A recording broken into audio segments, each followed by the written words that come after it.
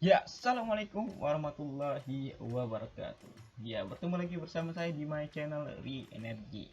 Kali ini kita diberi kesempatan untuk sharing season bersama Get IT PLN di Win Project mengenai urgensi mengenai teknologi kincir angin.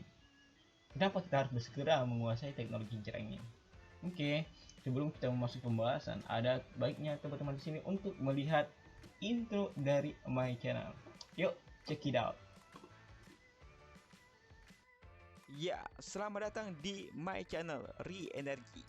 Bagi teman-teman di sini yang pengen tahu updatean tentang energi dan politik energi, renewable energy dan lingkungan. Nah, jangan lupa untuk like dan subscribe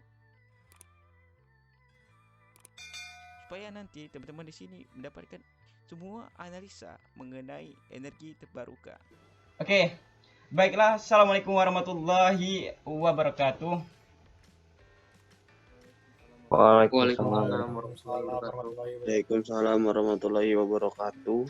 Oke, baiklah. Terima kasih kepada teman-teman Get IT PLN telah memberikan waktunya untuk menyukseskan acara sharing season ini. Kemudian, terima kasih kepada teman-teman peserta yang telah menyempatkan diri untuk hadir dan untuk mendengar sharing season kali ini. Dan saya memohon maaf pada teman-teman sekalian karena beberapa menit ke depan saya akan mengganggu waktu teman-teman untuk mendengarkan saya bercerita. Oke, pada kali ini kita sharing season Get IT PLN, yaitu dari Win Project ya. Jadi di Get IT PLN itu, gerakan energi terbarukan IT PLN itu terdiri dari 4 fokusan pembelajaran. Nah, pertama itu yaitu tentang Win Project, yaitu membahas tentang semua yang berkaitan tentang energi angin, baik itu pemanfaatannya, pengembangannya, penelitiannya, kita akan bahas di sini di Win Project ini. Kemudian sini kita juga akan membahas itu di bagian Solar Project, yaitu pembahasan tentang pemanfaatan energi solar.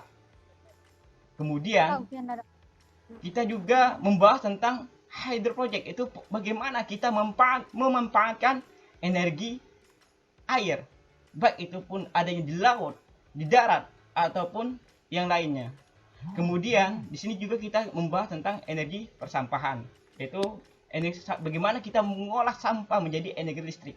Nah, di sini saya membahas tentang Solar Project. Terus pada tema kali ini, mohon maaf, laptop saya agak baterainya agak lowbat. Oke. Oke. Oke. Pada kesempatan kali ini kita akan membahas, yaitu bertemakan urgensi menguasai teknologi kincir angin. Apa urgensi kita menguasai teknologi kincir angin? Urgensi yaitu siap bersegera untuk menguasai teknologi kincir angin. Oke. Oke, perkenalkan, ini saya Wahirom, saya sendiri. Nah, ini saya lahir di Palembang, di Desa Tulujaya, Palembang. Kemudian saya di kampus IT PLN, alhamdulillah mengambil jurusan sebagai mechanical engineer atau teknik mesin. Nah, di sini saya mengambil pemokusan di Get IT PLN itu di Hydro Project. Hydro Project atau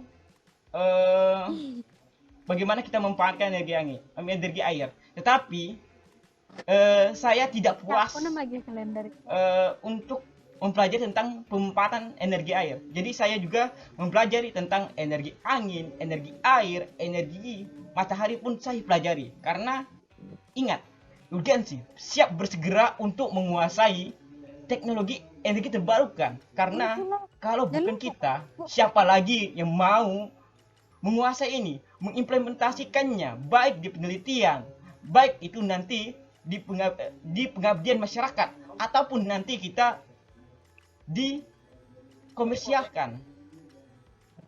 Alasan saya mengambil ini. Kemudian saya mempunyai hobi yaitu membaca. Nah, di sini alhamdulillah saya istiqomah untuk membaca 5 lembar tentang 5 lembar buku tentang energi terbarukan. Karena yaitu kita harus mempunyai referensi mengenai energi terbarukan. Jadi pada kali ini kita akan membahas tentang itu wind turbine atau kincir angin atau windmill. Terus itu urgensi bersiap bersegera untuk menguasai teknologi tentang kincir angin. Kemudian tentang komponen dari kincir angin, terus daya dari kincir angin, terus skill yang terdapat di dalam penguasaan teknologi kincir angin. Oke.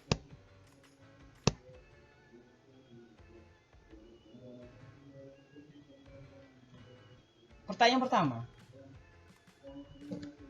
kincir angin. Kenapa kita memilih kincir angin?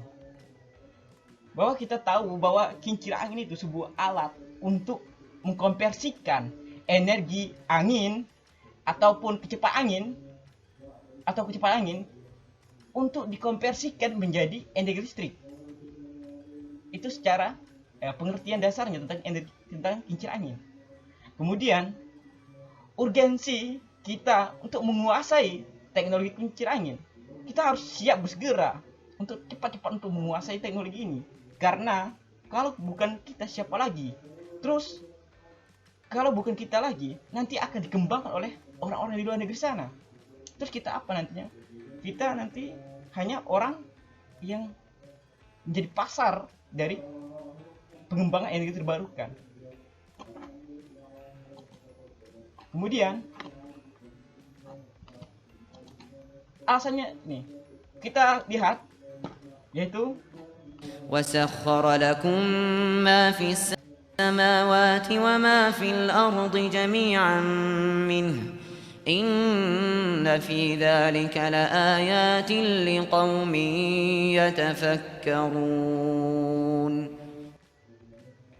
telah tertulis di dalam Al-Quran, yaitu mungkin kita seorang muslim tahu tentang ayat ini, dan dialah yang menundukkan untukmu apa yang ada di langit dan apa yang ada di bumi, semuanya sebagai rahmat daripada Tuhan, daripadanya Allah Subhanahu wa taala. Sesungguhnya pada orang yang demikian itu benar-benar dapat tanda-tanda kekuasaan Allah bagi kaum yang berpikir. Nah, di sini kita disuruh untuk memanfaatkan apa yang ada di langit dan apa yang ada di bumi, semuanya. Tapi apakah kita berpikir untuk memanfaatkan apa yang di langit, apa yang di bumi, apa yang ada di darat dan apa yang di laut? Kita harus memanfaatkan itu semua. Karena kalau kita memanfaatkan, itu tanda kita sudah berpikir. Kemudian, jadi kita lanjutkan lagi bahwa tes cek sound, tes. Masuk bang suaranya. Oke. Masuk. Oke. Bang, masuk bang. Oke, kita lanjutkan lagi. Sebelumnya minta maaf karena ada kesalahan teknis tadi. Oke, bahwa kita lihat negara-negara di luar sana, bahwa di negeri Skandinavia itu telah banyak memanfaatkan energi terbarukan, energi angin, energi matahari untuk dimanfaatkan. Kemudian kita negeri Skandinavia, kita contohkan itu Jerman, itu telah memanfaatkan untuk PLTB-nya sendiri itu telah mencapai 35%.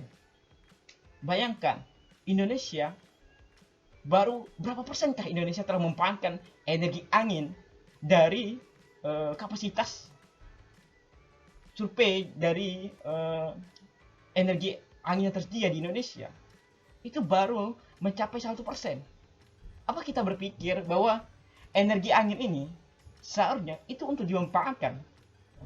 Kemudian kita lihat negeri Cina yang kita katanya negeri yang kita tahulah sendiri kan, itu menjadi negara yang pemegang kapasitas PLTB terbesar di dunia. Terus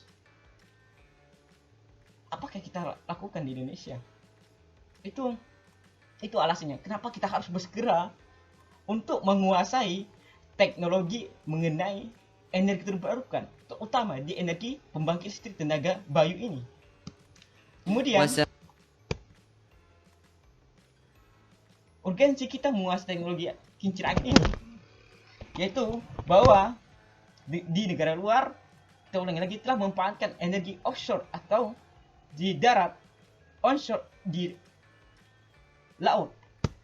Dan ini salah satunya ada di Indonesia baru kecil itu baru sekitar 500, ini satu unitnya 500 watt. Nah itu dihubungin di Bekasi. Nah juga ada di Janiponto, itu sekitar 72 megawatt, dan Sidrap juga. Kemudian kita harus berpikir lagi bahwa energi terbarukan ini untuk dimanfaatkan, untuk dipelajari, untuk dijadikan bahan penelitian, untuk diaplikasikan di pengabdian masyarakat, bukan hanya untuk tahu-tahuan. Itu energi terbarukan ini harus cepat dimanfaatkan. Kalau tidak, orang lain yang akan memanfaatkannya. Itu makanya kita harus siap bersegera untuk menguasai teknologi ini. Kemudian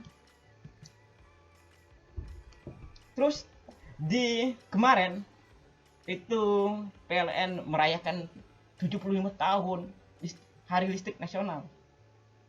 Apakah kita berpikir berapa banyak kapasitas elektrifikasi dari PLN? Mungkin teman-teman sini ada yang tahu? Oke, sebanyak sampai tahun 2020 ini Indonesia telah kapasitas terpasang energi listrik itu baru mencapai 70,9 gigawatt. Sedangkan di negara luar, negara maju itu untuk mencapai kategori negara maju itu kita harus mempunyai kapasitas terpasang itu sebesar 120 gigawatt. Maka pemerintah kalang kabut untuk mengejar ketertinggalan itu supaya Indonesia cepat berpindah dari negara berkembang menjadi negara maju. Tetapi kita berpikir lagi, apakah dari sekian banyak giga, berapa besar energi terbarukan termanfaatkan? Itu Indonesia merencanakan di tahun 2025 itu bahwa energi terbarukan itu mencapai targetannya itu mencapai 23%. Tapi kita lihat realitanya bahwa energi terbarukan ini baru terpasang itu baru 14%. Bayangkan, kita mau mengejar ketertinggalan kita sebanyak 9% dalam 5 tahun. Pasti kita nanti kalang kabut untuk mengejar itu. Untuk kita konsisten terhadap pendirian kita bahwa Indonesia targetannya energi terbarukan itu mencapai 23%. Kemudian kita lihat bahwa di Indonesia itu elektrifikasi itu baru mencapai 99,8%. Dari kita lihat lagi bahwa energi terbarukan atau kependudukan Indonesia itu baru mencapai 2,68 juta. Bayangkan, dari banyaknya penduduk Indonesia yang baru terelektrifikasi itu 99%. 99,8%. Itu yang 0,2% itu mencapai 74 juta jiwa. Kita bayangkan misalnya bahwa rumah tangga ya, rumah biasa ya, itu setiap individunya, setiap rumah itu, setiap kakak itu berisi 6 orang, kita asumsikan aja, itu sekitar 700.000,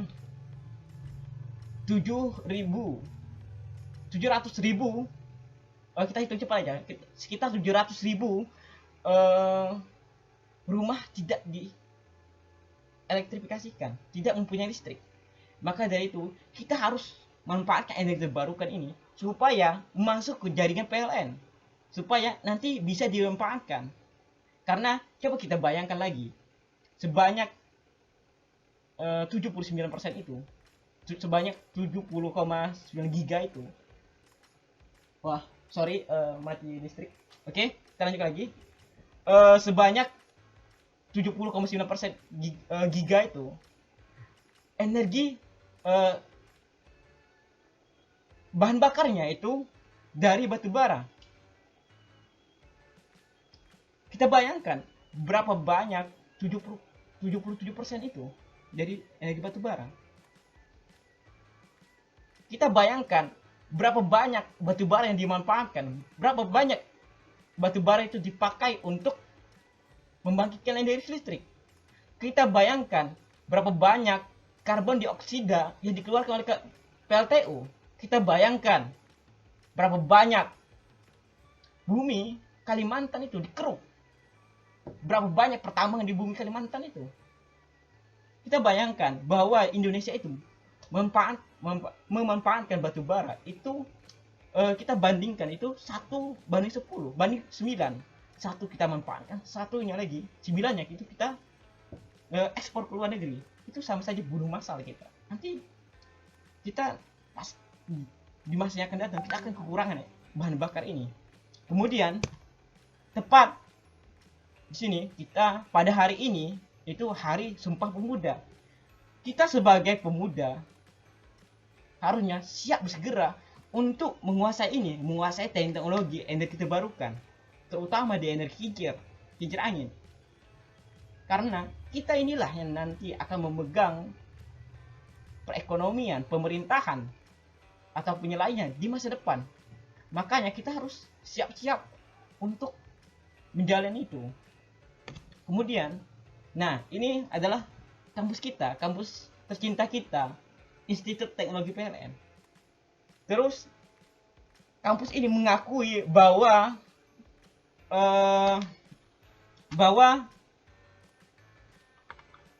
kampus ini mengakui kampus yang berfokus kepada ketenaga listrikan. Coba kita bayangkan berapa banyak kapasitas energi yang terpasang yang dikembangkan oleh kampus kita ini. Kita coba bandingkan dengan kampus yang ada di Universitas Udayana. Mereka telah berhasil memasang kapasitas PLTS sebesar 1 megawatt di Bali. Kita bayangkan, kita yang mengaku sebagai kampus yang berfokus di ketenaga listrikan, berapa besar EBT yang kita manfaatkan. Apa kita tidak malu mengaku itu? Atau kita hanya mengaku-ngaku saja kayak gitu kan? Seharusnya kita dengan ini kita menjadi cambuk kita untuk siap bersegera untuk memanfaatkan ini, untuk memanfaatkan energi terbarukan. Kemudian kita lihat lagi, mungkin untuk maba yang belum lihat ini, masuk ke kampusnya, kita beri gambaran. Di kampus kita, mahasiswanya itu, kita lihat pekerjaan mahasiswanya. Apa yang dikerjakan mahasiswa yang ada di IT PLN. Bahwa kita yang mengaku sebagai kampus keteknikan, kampus yang berfokus pada bidang teknik. Tapi saya berekspektasi bahwa kampus ini ya anak teknik. Yang dikenal teknik itulah inovasi dan berkarya. Itu yang dikenalkan anak teknik. Tapi saya melihat dan menjalani beberapa tahun, udah 3 tahun lebih di kampus, bahwa yang dibanggakan di kampus kita ini adalah kebudayaan, tari-tarian. Apa kita malu melihat itu? Seharusnya kita sebagai anak teknik menjunjung tinggi inovasi, menjunjung tinggi yaitu kreativitas kita. Kemudian kita boleh membanggakan kebudayaan kita, asal daerah kita, tetapi kita harus memporsikan pada porsi yang tepat dan pada waktu yang tepat. Boleh, silahkan, saya tidak melarang, tetapi porsinya harus kita batasi. Karena kita di sini adalah kampus keteknikan, maka kita harus junjung tinggi keteknikan itu. Jangan sampai kita luntur karena kebudayaan dan politik di kampus kita ini.